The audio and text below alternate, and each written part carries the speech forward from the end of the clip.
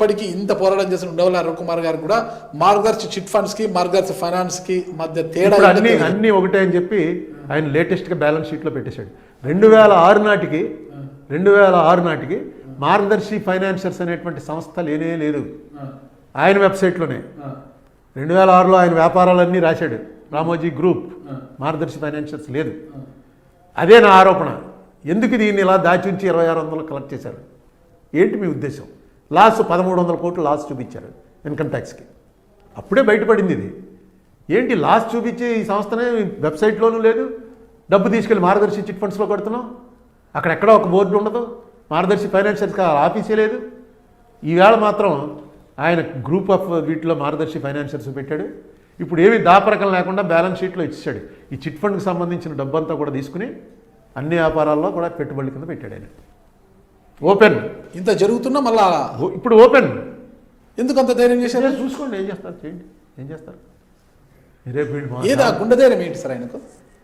ఏంటి ఏంటి ఇంతమంది జనం రామోజీరావు మీదకి వెళ్ళాడు అనేటువంటి పార్టీలు వచ్చేస్తున్నాయి ఇక్కడ. ఇదిగోనండి రాజశేఖర రెడ్డి కొడుకు అప్పటి నుంచి చెప్పారుగా మీరు, గుండెల మీద తుపాకీ పెట్టాడు, అది పెట్టాడని, భుజం మీద తుపాకీ. ఈ క్యాన్వాసింగ్, ఈ క్యాంపెయిన్ వాళ్ళకున్న సపోర్ట్ వాళ్ళకుంటుంది. రేపు నుంచి వచ్చేస్తారు మీకు కమ్యూనిస్టులు సపోర్టు, బీజేపీ సపోర్టు, ఈయన చంద్రబాబు నాయుడు గారి సపోర్టు, అన్ని పార్టీలు సపోర్టు. పవన్ కళ్యాణ్ గారు రారా? పవన్ కళ్యాణ్ వస్తాడు. రావాలంటే ఏముంది, రామోజీరావు అన్యాయంగా ఇదే మాట అండి. ఏమన్నా అందరి డబ్బులు వెనక్కి ఇచ్చేటండి, ఆయన వదిలిపెట్టట్లేదండి. ఎగ్గొట్టేసిన వాళ్ళందరినీ ఏం చేస్తున్నారు? అదే అంటున్నారు కదా, ఎగ్గొట్టేసిన వాళ్ళందరూ జైల్లో ఉన్నారు. అందరికి అంటున్నారు కదా. నాకు బాధ ఏం లేదు, నా 50 లక్షలు కూడా ఏంటి, అది ఎవరికి, దాని మీద ఎవరికి ఏం పట్టదు. Correct sir. నా మీదకి ఆయన వచ్చాడు కానీ నేను ఆయన మీదకి ఎప్పుడు వెళ్ళాను. నేను ఆయన కేసు కొట్టేశాక వేశాను. ఇప్పుడు గవర్నమెంట్ వచ్చింది కాబట్టి నా పాత్ర తగ్గిపోయింది. నా మీద చిట్ ఫండ్ కంపెనీ వాళ్ళు వేశారు, రామోజీరావు కాదుట. అదొక్కటి తేల్చమనండి చాలు. రామోజీరావు గారిని ఒక్కసారి, ఆయన సొంత టీవీయే కదా, దాంట్లోకి వచ్చి ఆ రోజున వచ్చాడు. ఆ రోజు వచ్చి ఉండవల్లి అరుణ్ కుమార్ చేత అబద్ధాలు చెప్పిస్తున్నాడు రాజశేఖర రెడ్డి అని ఆయనే స్క్రీన్ మీదకి వచ్చి చెప్పాడు. అక్కడితోటే గొడవ స్టార్టింగ్. నేను పొద్దున ప్రెస్ మీట్ పెడితే ఆయన సాయంకాలం ఆయన టీవీ స్క్రీన్ మీదకి వచ్చాడు. మొన్నడు పేపర్ హెడ్లైన్స్, ఇవన్నీ అబద్ధాలు చెప్పిస్తున్నాడు, నేను రాజశేఖర రెడ్డి చేస్తున్న అవినీతి బయట పెడుతున్నాను, ఈ అరుణ్ కుమార్ అనేవాడి చేత అబద్ధాలు చెప్పిస్తున్నాడని. ఈవేళ చెప్పండి మీరు ఒక్క మాట, మార్గదర్శి చిట్ ఫండ్స్ మీదే కాదా? సంబంధం లేదు అని చెప్పండి, నా తప్పు అనమాట. ఇది సంబంధం ఉంది, నేనే ఇక్కడ ఒకటి అక్కడ ఒకటి వేశారు, క్లియర్గా కనబడుతున్నాయి. రెండిట్లో ఒకటే కరెక్ట్. ఎస్సా నోవా?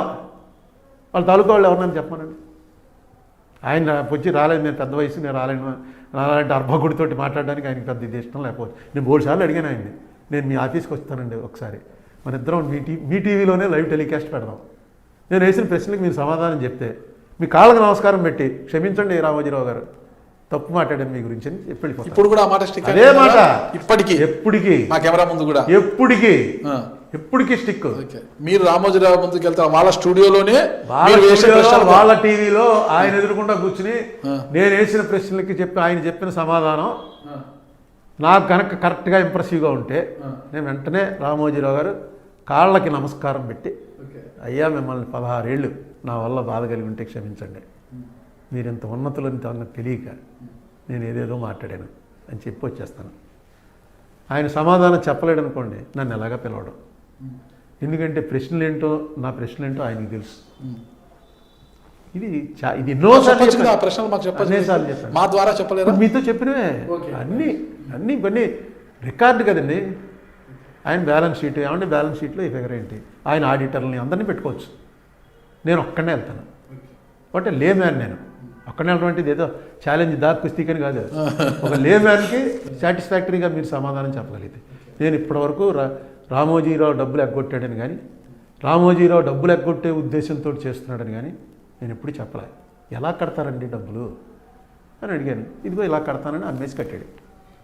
ఆ అమ్మేసిన డీల్ అంతా కూడా చాలా షేడీ డీలు, దాని మీద ఎంక్వైరీ చేయాలని ROC వారు ఇచ్చారు, రిజిస్టార్ ఆఫ్ కంపెనీస్ వారు. నా ఆరోపణ కాదు, నేను ఆశ్చర్యపోయాను, ఇదేంటారు అని. అవన్నీ కూడా గవర్నమెంట్కి అందరికీ పంపించుంటారు, కానీ రామోజీరావు గారిని తీసి పక్కనట్టు ఎందుకు ఇంత గొడవ మనకని ఆ లెవెల్కి వచ్చాడు ఆయన. కానీ తప్పు అంటాను నేను. అది ఎవరు కూడా ఎబోలా ఉండకూడదు. నేను అనేక సార్లు చెప్పాను. చట్టం ముందు వివి గిరి గారు, ప్రెసిడెంట్ ఆఫ్ ఇండియా, వెళ్ళి జడ్జి ముందు నిలబడ్డాడు. అది పెద్ద కాన్స్టిట్యూషనల్ కాంట్రవర్సీ. ప్రెసిడెంట్ గొప్ప, జడ్జి గొప్ప, జడ్జీలకి పదవి చేయించేదే ప్రెసిడెంట్ అని. ఏదో చిన్న case, election case, election petition ఆయన ప్రెసిడెంట్ ఎలక్షన్ గురించి పెద్ద అందరూ అనుకున్నారు ఏం చేస్తాడు వివిగిరి వెళ్తాడా, ఇంటికి పంపిస్తారా, లేకపోతే కమిషనర్ని పంపుతారా, ఏం చేస్తారా అనుకుంటుంటే ప్రైవేట్ కారు వేసుకుని తిన్నగా కోర్టుకి వెళ్ళి కోర్టులో నిలబడ్డాడు. అయిపోయింది. ఏమి మనిషి తగ్గడం, పెరుగుతాడు. ఇందిరాగాంధీ కమిషన్ ముందుకు వెళ్ళి నమస్కారం పెట్టి ప్రమాణం తీయమని అలా ప్రమాణం చేయమంటే నేను చేయనండి. ఎందుకు చేయనంటే నేను ఇంతకుముందు ఒక ప్రమాణం చేసి రహస్యాలు కాపాడుతాను అని చెప్పాను. ఈవేళ ఇక్కడ ప్రమాణం చేసి మీరు అడిగిన దాని అన్నిటికీ నిజం చెప్తాను అంటే ఆ రహస్యాలు చెప్పాల్సి వస్తుందేమో. ఓకే, అందుకని 2 ప్రమాణాలు చేయడానికి లేదు కదా, నేను చేయను. ఎంత గౌరవంగా కోర్టుకు వెళ్ళి బోన్లో నిలబడి షా గారి కమిషన్ ముందు చెప్పింది. కోర్టుకు వెళ్తే మనకేదో అవమానం అంటే రామోజీరావు గారు చాలాసార్లు కోర్టుకు వెళ్ళాడు. కోర్టుకు వెళ్ళడం ఇప్పుడు నేను పెరిగిపోయాను కాబట్టి ఆ లెవెల్కి ఇప్పుడు కూడా ఆయనకి కావాలంటే రిసీవర్ కమిషనర్ వేస్తారు, ఇంటికి వస్తాడు. పోనీ నేను అలా కమిషనర్ వేయించుకొని వస్తాను, నాతో ఒక ఇంటర్వ్యూ ఇవ్వనండి. ఎందుకు కదా డెఫమేషన్ కేసు వేసాడు కదా నా మీద. అందులో ఆయన్ని వెంటనే చేయించి నేను రేపు అడిగితే కోర్టు ఇవ్వాలి వెంటనే. ఇందులో రామోజీరావు అన్న ఆయన్ని మేము కోర్టుకు పిలవండి అని. ఆయన వెంటనే ఎగ్జామ్షన్ వేస్తాడు, నేను కోర్టుకు రాలేని మీరే రండి ఇక్కడికండి. నేనే వెళ్తాను 14%. చూద్దాం సార్, రామోజీరావు గారు మరి స్పందించి పిలుస్తారేమో. ఇంతకన్నా ఈ కేసు పబ్లిక్లో వచ్చేవి, వాట్సాప్లో పెట్టేవి, వీళ్ళందరూ కూడా రామోజీరావు గారు తెలుగుదేశం పార్టీ లేకపోతే యాంటీ జగన్, వీళ్ళందరూ ఆరాధకులుగా మారిపోతున్నారు. ఇందులో జగన్మోహన్ రెడ్డికి ఏ సంబంధము లేదు. జగన్మోహన్ రెడ్డి చేసి తీరాలి, చేయకపోతే జగన్మోహన్ రెడ్డి రామోజీరావు గారు కాంప్రమైజ్ అయిపోయినట్టు లెక్క. ఈవేళ నాకు కేసీఆర్ గారు రేపు వేయకపోతే కేసీఆర్ గారు ఆయన అంటే భయపడుతున్నాడు అనమాట. చాలా సింపుల్. లేకపోతే నేను కేసీఆర్ గారిని అడిగాను, ఏమంటే కేసీఆర్ గారు ఒకవేళ రామోజీరావు గారితో మీకు ఏమైనా ఎంబరాస్మెంట్ ఉంటే రామోజీరావు గారు చేసిన దానిలో మాకేం అభ్యంతరం లేదని వేయండి, ఆయనకి ఎగెనిస్ట్గా ఏమంటాను. ఏం మాట్లాడతావా, ఏది లా ప్రకారం ఏది ఉంటే అది చేస్తారు కానీ ఎట్లా చేయమంటే అట్లా చేస్తారా, వీట్లేదేమండి అన్న వేస్తారుండు, ఎందుకే వేయిస్తాను, అదేంటిది మమ్మల్ని పార్టీ చేసిన తర్వాత మేము వేయకుండా ఎట్లా తప్పుకుంటాం, వేస్తాం అని చెప్పాడు ఆయన. ఈ మధ్య కొంచెం 1-2 సార్లు మాట్లాడాను ఫోన్లో, సార్ వెళ్ళి కలిశాను కూడా. ఆ చనువు మీద వేస్తానన్నాడు.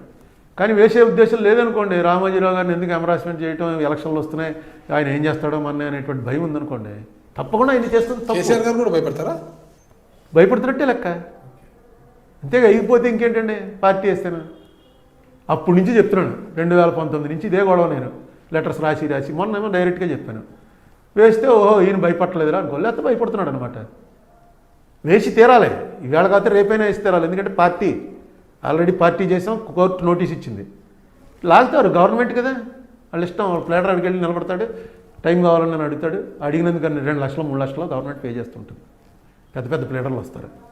నేను ఎందుకు జగన్మోహన్ రెడ్డి గారు కూడా ఒక రాజకీయ నాయకుడే కదా, ఆయనకు భయం లేదు రామోజీరావు గారు అంటే? వీళ్ళకి పడదు. వీళ్ళకి రాజశేఖర రెడ్డి కానీ కాంగ్రెస్కి కానీ పడదు. ఎప్పుడు వాళ్ళు వ్యతిరేకం ఆ పేపర్. అందుకని ఆ పేపర్తో కొత్తగా గొడవ పెట్టుకోవడం వల్ల వచ్చే నష్టమే లేదు. ఆల్రెడీ నష్టం జరుగుతూనే ఉంటుంది. కొత్తగా మీకు రాజశేఖర రెడ్డి అయితే అదేది ఆరోగ్యశ్రీ అని పెట్టి ఓపెనింగ్ ఆ రోజు ఎంత దారుణం అంటే కళ్ళమని నీళ్ళు పెట్టుకున్నాడు రాజశేఖర రెడ్డి. టీవీలో ఏం చూపిస్తున్నారంటే ఆరోగ్యశ్రీ బయట ఎవరో 4గురిని పెట్టి, ఏమండి ఈ పథకం ఏంటండి?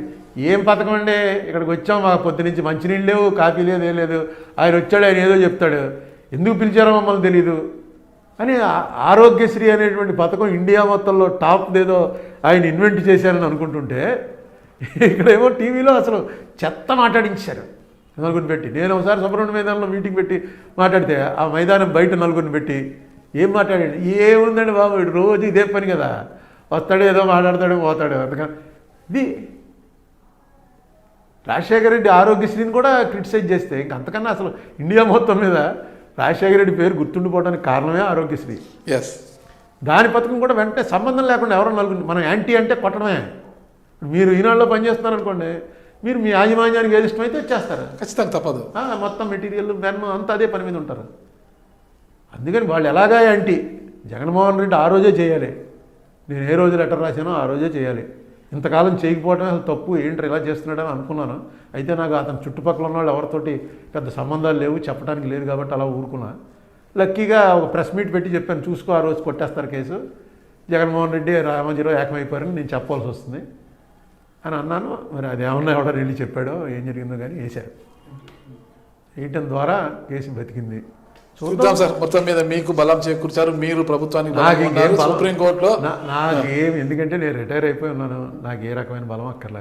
మీ కేసు రామోజీరావు గారు- కేసు గెలిచడానికి రామోజీరావు గారు ఒక మాట చెప్పాడు అనుకోండి, చెప్పడానికి ఏదైతే వెనకాడుతున్నాడో, ఇల్లీగల్గా ఏమన్నా జరుగుంటే అది కోర్టులో తేలుతుంది. కానీ నేను డబ్బులు ఎగ్గొట్టే ఉద్దేశంతో అలాంటి ఉద్దేశాలతో చేయలేదు.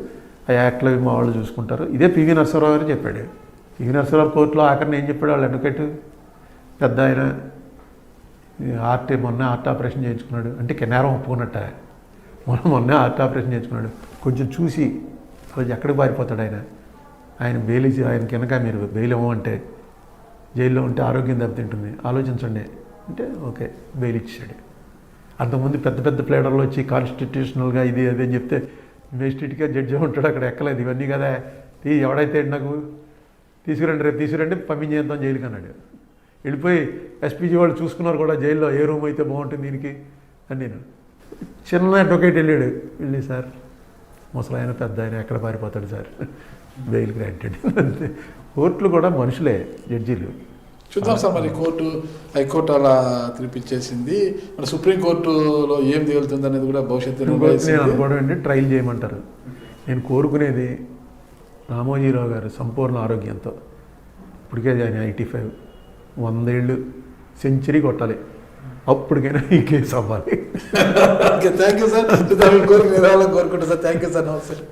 మీరు చూస్తున్నారు ఐ డ్రీమ్ న్యూస్ని. Please subscribe. I dreams For more videos, subscribe I dream. Please subscribe for more videos. I dream. I dream. for more videos. Subscribe, I dream. Please subscribe. Subscribe I dream channel. Do subscribe. I dream. I dream ఛానల్ని do watch I dream.